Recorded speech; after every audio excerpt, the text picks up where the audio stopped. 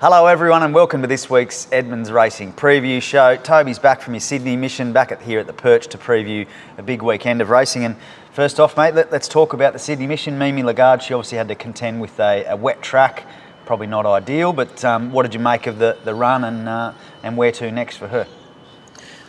Yeah, you're right. The track was very, very wet. You know, I arrived Wednesday evening in Sydney. She travelled down Wednesday night, and it rained. It basically rained all Thursday, all Friday, very heavily. You know, similar to the sort of weather we had here the week, you know, on the Monday before. So for that track to actually race and perform as it did a great job. But look, she ran okay. You know, we had worked her a couple of times as we'd mentioned on heavy tracks, testing the track for the Turf Club here in the morning of the last two Saturdays prior to. Due to the wet weather track, you know, so she'd worked on it, but it's a big difference working on it to racing and under pressure. Like, she had a pretty good run. She drew awkward, had a pretty good run right behind the winner. The winner sprinted really quickly and left her flat-footed, and that's the test when they can handle it. If they can actually pick up through it, you know, a lot of the times they'll travel nicely. The minute you let the heads go, they struggle. So that was pretty evident. Probably the other thing, you know, you have if you're racing on extremely heavy tracks, whether that be a 9 or a 10, you'll get away with it on a softish track if you're not rock hard fit. But you know, her first up on an extremely hard heavy track was always going to be difficult. So, you know, I sort of knew my fate, or our fate, sort of when I arrived in Sydney. I knew the track wasn't going to dry out much. So in the back of my mind, I knew we were in trouble, but I was hoping she'd overcome it, but she couldn't. So anyway, no stress. She pulled up good through it. You know, Sunday morning she's bright and fresh and free, which was good. And she's travelled home now, and she's out at Embrook having a bit of R&R until she resumes out there on next Tuesday. Gets ready for the Gold Coast meeting here, Hollandale Stakes Day, which is the Gold Coast Guineas she'll run. Gold Coast Guineas next assignment. Okay, very good. So, and I guess you learned something about the wet track. So not really, you do, but what if they run enough on it, they'll eventually get used to it. You know, right. Some horses, you know, complete duffers. They might be, but if you get a wet season, and they're going, you know, each run's on every track, they will get better on it, and they'll learn to handle it. Bit of a learning experience, yeah. But those, going back to that race, like, all those horses are really rock hard fit, all deep into the preparations. Probably their grand final, you know, we've obviously got the winner to look forward to. So it's good that James looked after in the end. He didn't knock around too much, and it was okay. Oh, well, nice to hear she's pulled up well and back home safely, and it will be good to see her on the home track here for the Gold Coast Guineas. And speaking of the home track, barrier trials Monday, you had a big team stepping out, 23, I think it was, and Alpine Edge, he was one of the headline acts. What did you make of his return? He trialled up nicely. You know, he got a little bit lost on the corner. It's quite a tight track for a guy like him. This inside grass is quite tight. Got off the bridle pretty quick, but once he balanced up in the straight, he got home over the top of them. He looks well, that horse. He's going super, and he's come through the trial nicely. So he runs in the Mick Dittman Plate in a couple of weeks' time. Okay, so straight to the races. Straight to the races, yeah. No more trials for him. Okay, and any other of your triallers that caught the eye? Yeah, I thought Waneri, he's a horse that's only won a maiden, but he's a really nice Rothsay 3-year-old. He trialled up pretty good in pretty quick time. I thought he was good. Pareto is one that has performed quite well at 2, but has been out of form a little bit. But I thought she trialled well. Like the 2-year-old that was later on in the session, which is, I think she was in trial 19, so was deep into the session. Was a thing called Motivated Miss. She trialled up well, I thought. You know, from you know, she probably won't go to the race and win straight away, but I think you'll see a nice filly in the future. Yeah, well, so she's another one in that group of that 2-year-old crop that's starting to come through now. Yeah, that's right. So I think we got over there right now. We got 30 unraced 2- and 3-year-olds in there. So, wow. So there's a fair bit happening, and you know, you'll see them start to come through the trials in due course. Very good. Well, yeah, good to see some performers at the trials, and Alpine back into racing soon. So speaking of racing, let's get into the weekend preview. 5 runners stepping out or set to step out over the weekend, including a couple of big names. Doomben Saturday, Indian Dreamer, entered for a benchmark 85 handicap over the 2020 metres. Yeah. Steps up to 2,000 for the first time, but he was third over 1,800 last start. So I guess the way he races, you'd think the 2,000 will be okay? It shouldn't be. You know, it's always, when you're going out to that distance for the first time, it's always a little bit of a concern, but he's just a horse that if you leave him alone early in a race, he'll run on nicely for you. So he gives you every indication he'll run 2,000. He's probably, I know he's 4 or 5 weeks between runs here into that 1,800, so that's brought him on nicely, and looks like he improved a bit to me.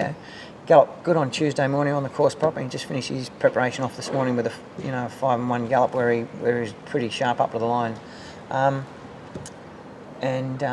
confident he can run well. It's been a little bit disappointing from time to time, but once he gets into form, this horse he's going to be okay. If he just needs a bit of confidence, get a win, and I'm quite confident he'll go right through his grades pretty quick. Okay, well, good luck to the Lucky Clover team there with him. Hopefully he's finishing hard. Yep. At the end of the race, at the end of the 2020 metres. Tyzone, the little champ, lines up in a quality handicap over the 1,350, 61 kilos for Brad Stewart, and he's had a freshen up since he raced at that Toowoomba, the meeting that was transferred to Toowoomba, which I guess that track didn't really suit him. Well, once again, he's paying the penalty for being such an honest and good performer. You know, a couple of preps ago when he won a Stradbroke and went through that prep where he was flying, now he's just carrying huge weights all the time. So at the 61 kilos, you'd think he's going to struggle, especially at that weight scale.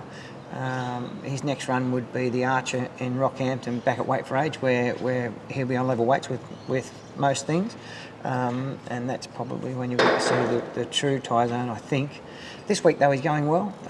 Loves Doomben, 61 kilos. As long as he's running on nicely, I'm quite confident. You know, he goes through to the Archer at Rockhampton and run well there. Okay, very good. Yeah, well, good to see him back in action. And Smart and Sexy lines up in the Class 6 handicap over the 1,200. And I guess for everyone out there, her last run and the trial prior, probably a bit of a, what do we make of that? But I know she did work well on the course proper with Tyzone during the week. So where's she at with? Yeah, so we had to put blinkers on her for this run. She comes off fetlock surgery, so a couple of trials in, and then that run in that pretty sharp race over here. First start, it was pretty fast run race, that one, and she just got back out of it and ran on reason. She didn't lose any ground, didn't make much ground, so her run was fairly even.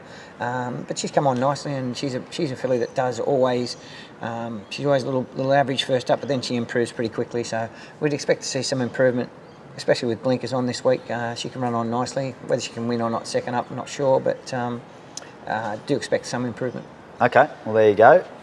Good luck to everyone involved there for the Archer Park team with Smart and Sexy. Okay, Gold Coast Saturday. It's the Men Matter Race Day here, which is a great initiative that the club has been building on the last couple of years. So well done to everyone involved there. You've got one runner who'll be entered for the program, Zumanji, in a Class 3 plate over the 1,300, and was a winner on the heavy 2 starts back, but then finished down the track last start. He had a bit of a wide run last start, so probably a bit of a forgive job on what was quite heavy, even though she won on the heavy start before. It wasn't as heavy as what it was the other day when she ran. So a bit of weather getting about this week too down here on the coast, so she could end up with another heavy track. So if it's heavy, I wouldn't be too concerned about it. We probably won't run. We'll save her for something else, but look, she's going well enough to figure, I'd give her a place chance, but just needs to lift a little bit, I think. Okay, all right, very good. We then turn our attention to Sunshine Coast Sunday. Patriotic King, 3-year-old gelding who potentially makes his debut for the stable, stable newcomer, and he worked well on the course proper here on Tuesday also. Yeah, he's a nice horse by Star Spangled Banner.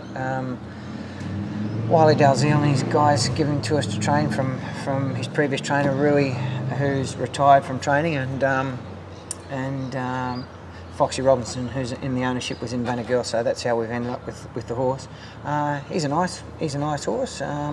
Liked his maiden win the other day at the Sunny Coast. He goes back there for what looks to be a very, very competitive Class 1. It's a $50,000 Class 1, so it's not going to be easy, but hopefully he draws well and we can get a bit of a guide on where he sits and where he fits in, whether he's a city class horse or he comes back to the provincials, or Foxy may even take him to Darwin if he sort of thinks that's his level, So he's a Darwin boy, and the Darwin Cup Carnival's coming up shortly, so he could end up there. Well, that'd be tempting, wouldn't it? Yeah.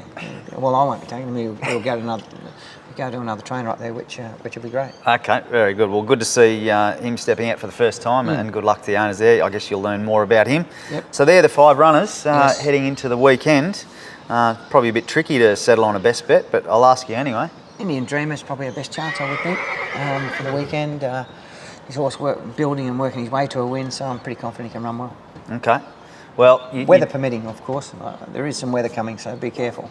You did jag your last best bet when you're on the show with Burning Bell, so Yes, hopefully you can go. Fell in. Yes. It was very hairy for a bit, but anyway, got home. That was good. Very good. All right, well, they're the runners. Good luck to everyone over the weekend. Good luck.